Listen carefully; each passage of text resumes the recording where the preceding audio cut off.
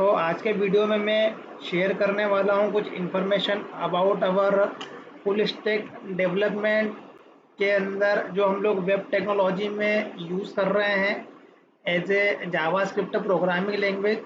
तो जैसा कि हमने हमारे अर्लियर वीडियो में देखा है कि as a full stack development क्या होता है, जिसमें हमको नॉलेज होता है फ्रंट एंड डेवलपमेंट के साथ में बैक एंड डेवलपमेंट और डेटाबेस का। तो हमको सारे लेयर्स का नॉलेज होना जरूरी है, तब हम ऐसे फुल स्टैक डेवलपर हैं। तो as a full stack developer का क्या अप्रोच रहता है, कैसे सोचना पड़ता है, जैसे हम लोग इंडस्ट्री में काम करते हैं। तो बेसिकली जो हमारे पास में फ्रंट एंड टेक्नोलॉजी है, तो उस फ्रंट एंड टेक्नोलॉजी में पर्टिकुलरली हमारे पास में है HTML, CSS,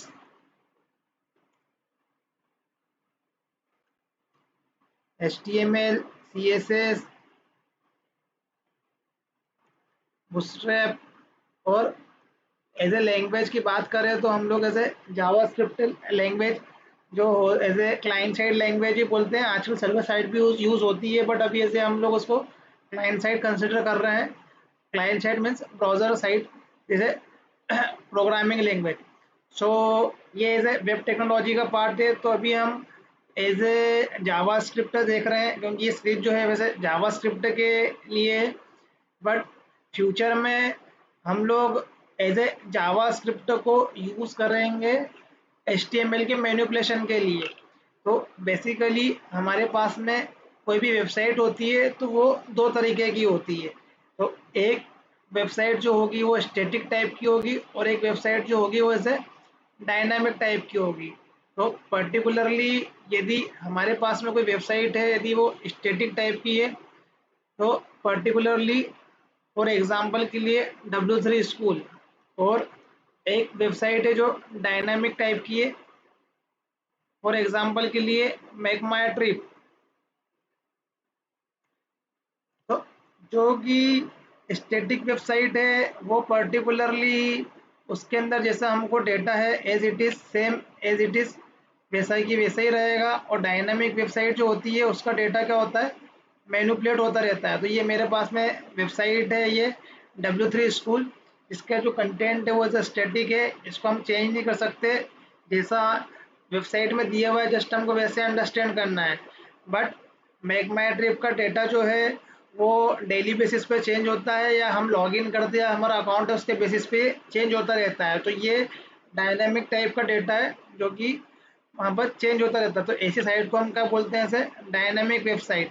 तो बेसिकली डायनामिक टाइप की वेबसाइट क्रिएट करने के लिए हमको जावास्क्रिप्ट की ज़रूरत पड़ती है। हमारे पेज को हमको ऐसे मैनिपुलेशन लाने पड़ते हैं, और सर्वर की भी ज़रूरत पड़ती है। तो हम फ्यूचर में देखेंगे कि ये सर्वर क्या है और कैसे डायनामिक वेबसाइट क्रिएट करते हैं। But as a dynamic website create करने के लिए तो हमको जो डायनामिकली वेब पेज क्रिएट करने के लिए जो प्रोग्रामिंग लैंग्वेज होती है वो होती है जावास्क्रिप्ट। तो हमको जावास्क्रिप्ट लैंग्वेज लर्न करनी है। तो जैसा कि मैंने पहले कहा है कि आज की तारीख में जो डेवलपमेंट होते हैं वो एंगुलर पे होते हैं, लेटेस्ट एंगुलर या रिएक्ट लाइब्रेरी इस पर डेवलपमेंट होते हैं। और ये टोटली बेस्ड होती है टाइप स्क्रिप्ट पे, और behind the scene JavaScript work करती है। तो सारा जो हमारा डॉम मैनिपुलेशन है या किसी भी तरीके का डायनामिक वेबसाइट है, बेसिकली इन्हीं पर्टिकुलरली टेक्नोलॉजी पर डिपेंड करती है। तो अल्टीमेटली किसी भी टेक्नोलॉजी के बिहाइंड में जो कोर टेक्नोलॉजी है वो हमारी स्ट्रांग होना चाहिए। यदि हम लोग वेब टेक्नोलॉजी के बारे में बात करें तो हमारा जावास्क्रिप्ट स्ट्रांग होना चाहिए। यदि हम लोग as a web technology learn कर रहे हो तो तुम फ्यूचर में कोई सी वेब टेक्नोलॉजी लर्न करो, अनटिल अनलेस जब तक हमारा जावास्क्रिप्ट स्ट्रांग नहीं है तो हम हमेशा स्ट्रगल करते रहेंगे। सिमिलरली हम लोग ऐसे बैकएंड में बात करें, जब तक हमारा जावा स्ट्रांग नहीं है तो जो जावा बेस्ड जो फ्रेमवर्क है लाइक स्प्रिंग बूट, हाइबरनेट या spring boot with micro services, जब तक हमारा स्ट्रगल रहेगा, जब तक हमारी core technology core fundamental strong नहीं है। जावा स्क्रिप्ट को हम लोग क्या करते हैं, हमारा स्ट्रांग होना चाहिए। तो जैसा मैंने लास्ट क्लास में कुछ जावा स्क्रिप्ट का एक्सप्लेनेशन दिया था कि जावा स्क्रिप्ट को हम कैसे एग्जीक्यूट करते हैं या क्या करते हैं। तो जावा स्क्रिप्ट को हम लोग एज ए एग्जीक्यूट करने के लिए ओवर द क्लाइंट साइड हम लोग एज ए ब्राउज़र की हेल्प से एग्जीक्यूट करते हैं। ब्राउज़र के अंदर क्या होते हैं, इंजन होते हैं, और वह इंजन के अंदर हमारा जावास्क्रिप्ट का कोड क्या होता है, एग्जीक्यूट होता है। और एज ए हम लोग यदि सर्वर की बात करें तो हम सर्वर पे भी with the help of node हम उसको एग्जीक्यूट कर सकते हैं एज ए बैकएंड में, या एज ए हम लोग डायरेक्टली भी इसका एग्जीक्यूशन कर सकते हैं। बट बेसिकली जो जावास्क्रिप्ट का कोड है हम लोग क्लाइंट साइड एज ए हम लोग उसको एग्जीक्यूट करवाते हैं। तो यदि हमने हमारे सिस्टम में यदि as a Visual Studio code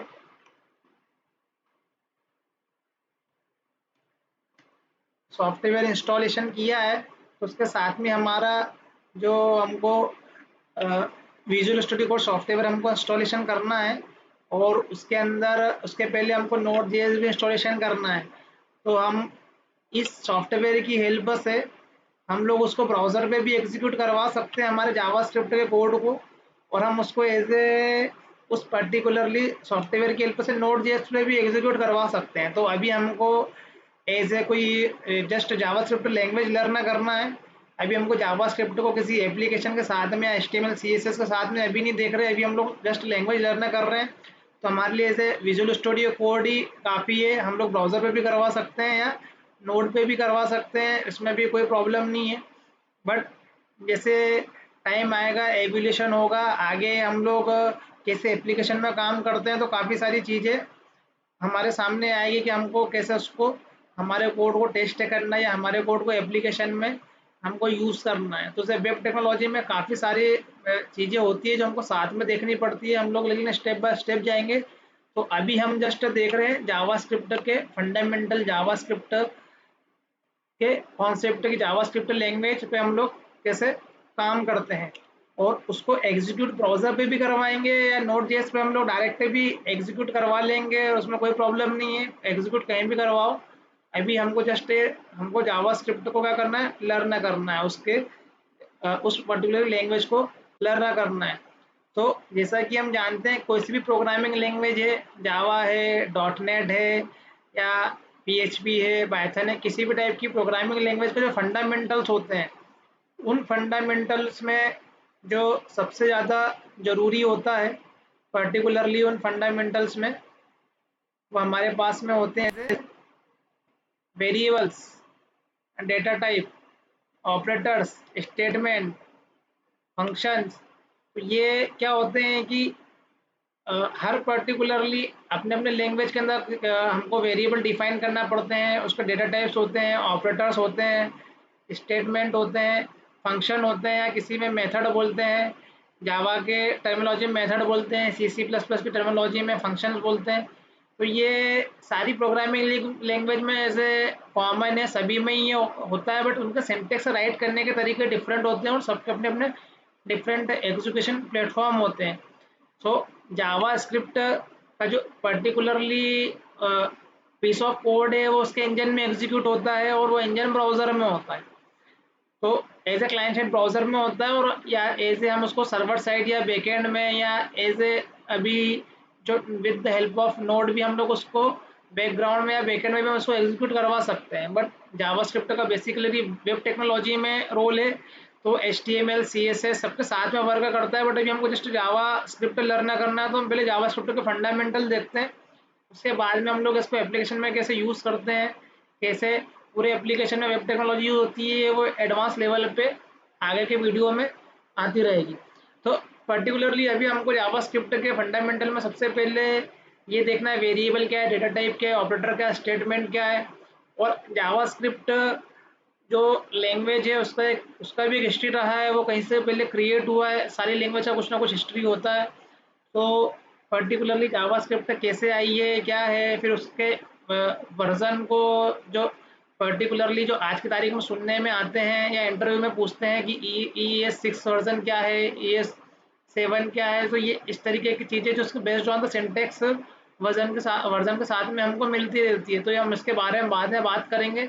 just पहले हम लोग थोड़ी लॉजिकल प्रोग्रामिंग की बात करें, तो ये किसी भी तरीके की लॉजिकल प्रोग्रामिंग में हमको इन चीज़ों की ज़रूरत पड़ती है। उसके बाद में हम लोग इसकी आगे के फीचर या वर्जन कैसे आते हैं, उसकी हिस्ट्री क्या है, उसके बारे में देखेंगे। तो पर्टिकुलरली अभी मैं वेरिएबल के बारे में बात करता हूँ पहले, फिर उसके बाद मैं डेटा टाइप ऑपरेटर के बारे में बात करूँगा, फिर हम लोग थोड़ी एडवांस जावास्क्रिप्ट के बारे में बात करेंगे कि ये कैसे उप्स फॉलो करता है, कैसे आगे काम करता है। तो हम लोग एज ए जावास्क्रिप्ट जो है, वो जावास्क्रिप्ट में जब हम ऐसा कोड राइट करते हैं तो एज ए हम लोग स्ट्रक्चरल प्रोग्रामिंग या functional programming, imperative programming, object oriented programming, इस तरीके की पर्टिकुलरली जावास्क्रिप्ट सभी को सपोर्ट करता है। तो कोई भी लैंग्वेज होती है, तो कोई भी लैंग्वेज कोई एज ए बायस्ड नहीं है कि वो 100%ली वो स्ट्रक्चर प्रोग्रामिंग की होगी या फंक्शनल प्रोग्रामिंग ही होगी। ये एक तरीके का कॉन्सेप्ट है, और कोई भी लैंग्वेज उसको सपोर्ट करती है। जैसे जावा लैंग्वेज है, वो ऑब्जेक्ट ओरिएंटेड प्रोग्रामिंग सपोर्ट करती है, उसमें ऑब्जेक्ट ओरिएंटेड के जो फीचर है वो 100% सपोर्ट हो जाते हैं। किसी में 100% होते हैं, किसी में फुल्ली होते हैं, किसी में पार्शली होते हैं। तो जावा स्क्रिप्ट में फुली नहीं होते हैं, कुछ हद तक होते हैं, सारे के सारे नहीं होते हैं। फिर जैसे फंक्शनल प्रोग्रामिंग है, तो जावा स्क्रिप्ट फंक्शनल प्रोग्रामिंग भी सपोर्ट करती है, जहाँ पर हमको डायरेक्ट फंक्शन में हम लोग बिजनेस लॉजिक राइट करके भी हम लोग ऐसे एग्जीक्यूशन करवा सकते हैं। हमको ज़रूरी नहीं कि उसके लिए जावा के जैसा हमेशा क्लास राइट करना हो या उसका ऑब्जेक्ट बनाना हो, हम लोग डायरेक्ट फंक्शन भी क्रिएट कर सकते हैं। और पर्टिकुलरली हर प्रोग्रामिंग लैंग्वेज का राइट करने का अपना अपना तरीका होता है। अब उस तरीकों में जो उप्स के कॉन्सेप्ट वो फिट बैठते हैं या नहीं बैठते हैं, फंक्शनल प्रोग्रामिंग फिट बैठती है या नहीं बैठती है, वो लैंग्वेज पे डिपेंड करता है। जैसे पाइथन पे भी structural programming, functional programming support करती है, हम कैसे भी हमारे कोड को कैसे भी राइट कर सकते हैं और कहीं भी उसका एग्जीक्यूशन परफॉर्म कर सकते हैं। तो अल्टीमेटली हमको जस्ट अभी सोर्स कोड राइट करना है, उसका फंडामेंटल अंडरस्टैंड करना है कि वो उस पर हम लोग कैसे काम करते हैं। तो पर्टिकुलरली जो जावास्क्रिप्ट में वेरिएबल्स होते हैं, तो वो एज ए हम लोग वेरिएबल राइट कर सकते हैं वेयर के अंदर डायरेक्टली। और लेट, कॉन्स्ट, ये दो और नए टाइप के वेरिएबल आए हैं, ये जावा ES6 फीचर में आते हैं। लेट और कॉन्स्ट, तो ये क्या होते हैं उसको देखते हैं पर्टिकुलरली। तो जावास्क्रिप्ट के जो वेरिएबल में सबसे पहले आता है वेयर। तो वेयर के क्या कॉन्सेप्ट होते हैं, तो वेयर का जो स्कोप होता है फंक्शनल स्कोप होता है। तो हम लोग कोई फंक्शन राइट करते हैं जावास्क्रिप्ट में, तो ये फंक्शनल स्कोप पे ये काम करता है। तो फंक्शनल स्कोप का मतलब जहाँ से फंक्शन स्टार्ट हुआ है और जहाँ पर वो फंक्शन उसका एंड हुआ है, वहाँ पर वो कितनी भी बार वो चेंज हो सकता है, या उसके अंदर हम लोग कितना भी टाइप से वैल्यू चेंज कर सकते हैं। ये फंक्शनल लेवल पे इसका स्कोप होता है। ये तो स्कोप बहुत ही इम्पोर्टेंट है। ये जब से लेट और कॉन्स्ट कीवर्ड आए हैं, काफ़ी इसका इम्पोर्टेंस बढ़ गया है स्कोप वेरिएबल होने का, नहीं तो पहले काफ़ी सारे बग रेज होते थे। फिर हम आगे बात करें इसके, तो you can declare in any block of a function and access from any other block in function। तो फंक्शन के अंदर ब्लॉक्स होते हैं करली ब्रेसेस, तो हम लोग उसको कहीं भी एक्सेस कर सकते हैं। उसका स्कोप फंक्शनल स्कोप में कहीं पर भी वो एक्सेस हो सकता है। फिर it's allowing declaration, assignment and initialization, तीनों ये सेपरेटली ये अलाउ करता है। तो प्रैक्टिकली देखते हैं कैसे काम करता है। Where allow shadowing, where allow hoisting, ये इंपॉर्टेंट में क्वेश्चन होते हैं कि शेडोइंग क्या है और होस्टिंग क्या है। तो shadowing is the process of the री डिक्लेयरिंग और initialising a variable with in the scope again. तो उसके स्कोप में उसको हम फिर से डिक्लेयर कर दें, इनिशियलाइज कर दें, तो वो शेडोइंग है। और ऐसा होस्टिंग का मीनिंग है कि hoisting allow to use a variable and later declaration. तो हम लोगों ने पहले वेरिएबल को यूज़ कर लिया और उसको डिक्लेयर बाद में करा। तो बेसिकली अदर प्रोग्रामिंग लैंग्वेज, जहाँ तक मेरे नॉलेज में जावा में हमको पहले डिक्लेयर करना पड़ता है, उसके बाद में हम उसको यूज़ कर सकते हैं। बट जावा स्क्रिप्ट में कहीं पर भी हम पहले उसको ऐसे डिक्लेयर कर रहे हैं और कहीं भी उसको इनिशियलाइज कर रहे हैं।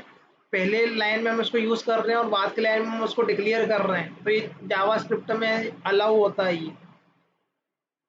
तो काफ़ी सारे प्रॉब्लम्स है जावा स्क्रिप्ट के साथ में, काफ़ी बग रन टाइम पे आते हैं जितना मुझे नॉलेज है।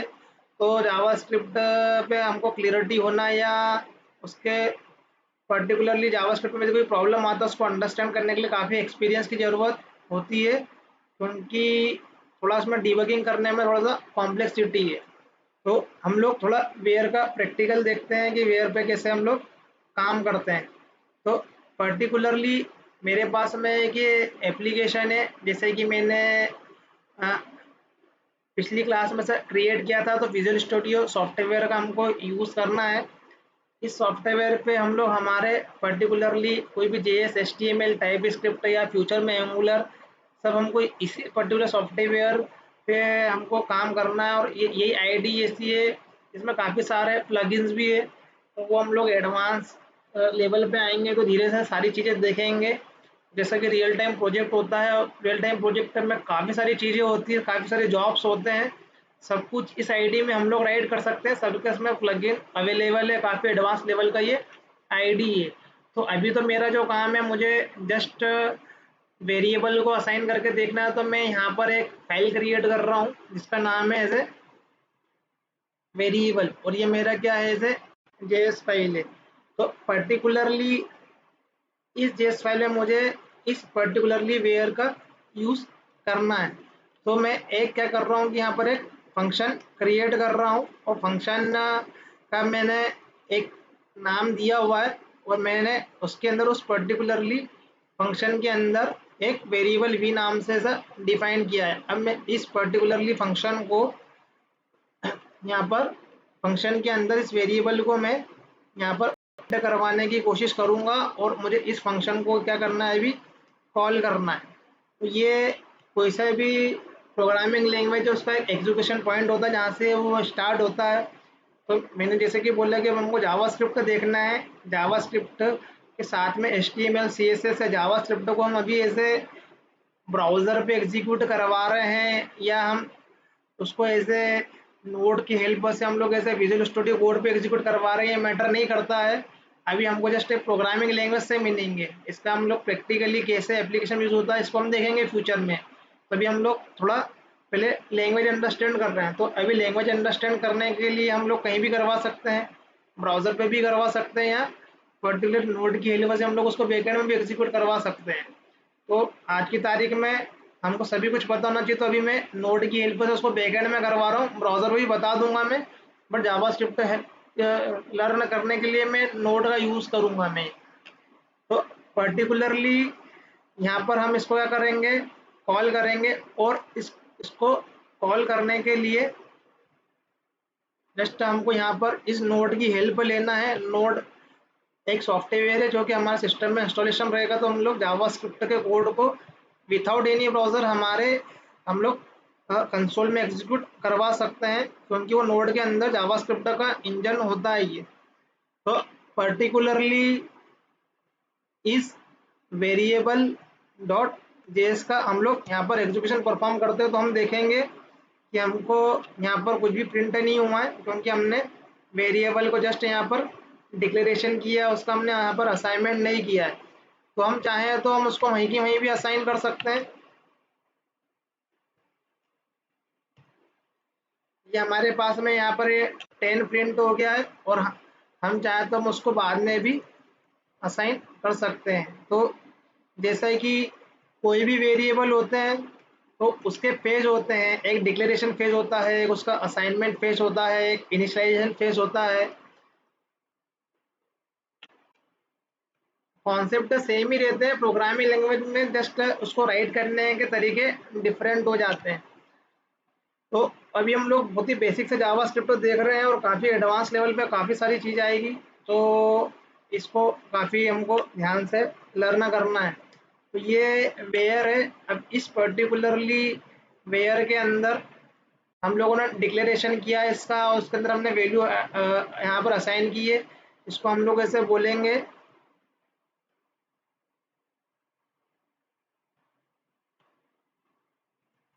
डिक्लेरेशन, और हम लोग इसको क्या बोलेंगे ऐसे असाइनमेंट। तो पर्टिकुलरली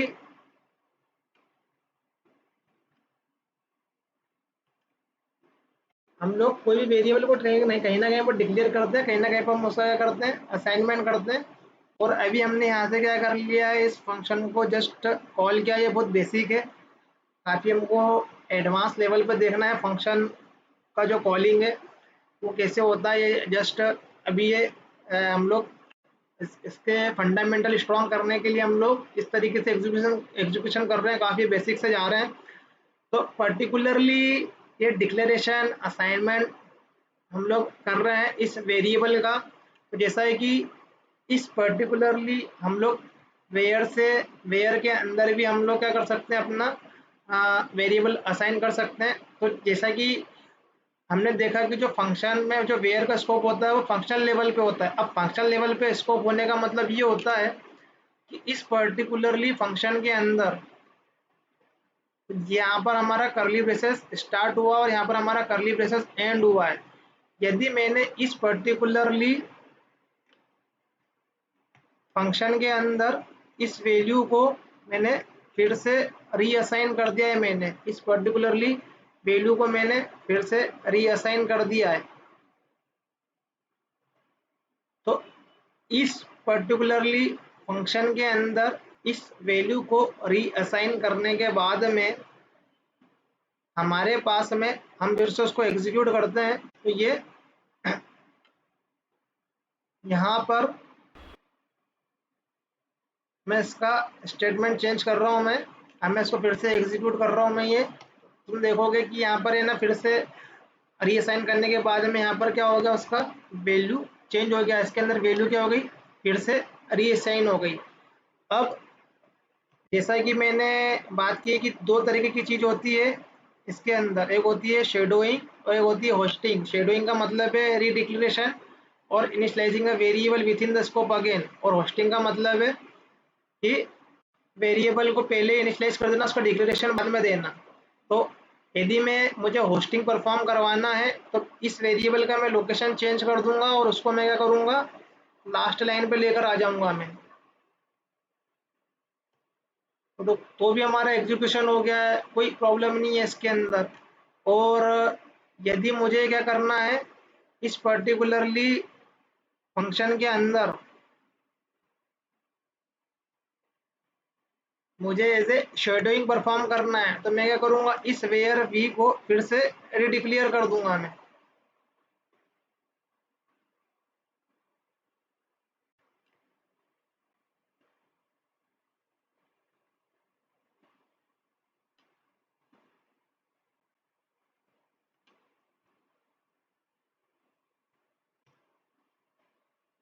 तो यहाँ पर हमारा फर्स्ट टाइम डिक्लेयर हुआ, यहाँ पर सेकेंड टाइम फिर से डिक्लेयर हो गया। अब ऐसा करने से क्या होता है कि ना, पर्टिकुलरली अभी तो हम देख रहे हैं कि होस्टिंग शेडोइंग कर रहे हैं जो, तो ये हमारे लिए एग्जीक्यूट करके दे रहा है, आउटपुट ला के दे रहा है यहाँ पर ये। बट हम लोग जब प्रोजेक्ट पे काम कर रहे होते हैं तो यदि हम लोग ऐसे किसी भी स्कोप में, यदि हमारे मैनिपुलेशन मल्टीपल टाइम्स होते हैं किसी ना किसी फंक्शन के अंदर, तो हमको काफ़ी सारे बग आ सकते हैं या कुछ अनवांटेड डेटा आ सकता है, काफ़ी इशू हो सकते हैं, क्योंकि प्रोजेक्ट में बहुत बड़ा बड़ा जावास्क्रिप्ट फाइल होता है ये। तो ये सब जैसे कि हम लोग ऐसे जावास्क्रिप्ट में वेरिएबल में हम लोग कुछ भी असाइन कर सकते हैं। ये वेरिएबल का ना कोई टाइप देखता है, ना ये इसका क्या डेटा टाइप है, ये सब कुछ असाइन कर लेता है। अभी हम लोग चाहें तो इस पर्टिकुलरली वेरिएबल में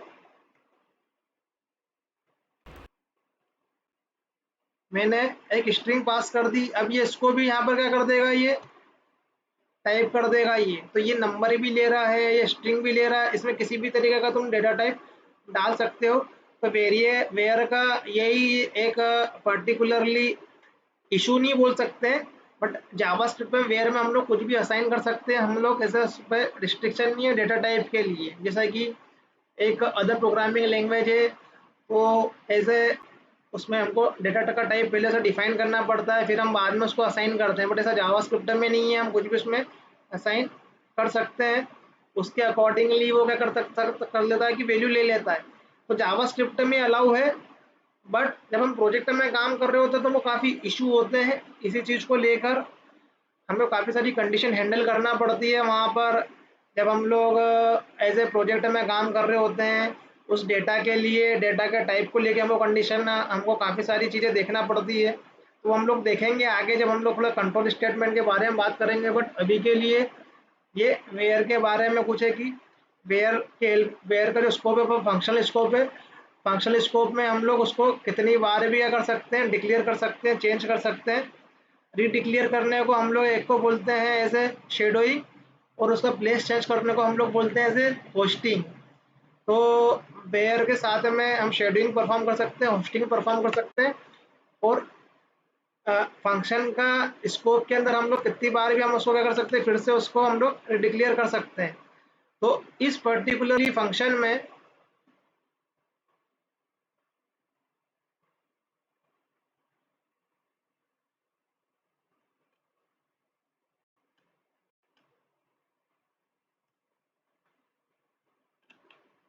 मैंने यहाँ पर क्या किया है कि इंटरनली एक ब्लॉक क्रिएट किया हुआ है ये। तो इस पर्टिकुलरली फंक्शन में मेरे पास में दो तरीके के स्कोप है यहाँ पर। ये एक, ये फंक्शन यहाँ से स्टार्ट हो रहा है और यहाँ से स्टॉप हो रहा है, तो ये एक तरीके का,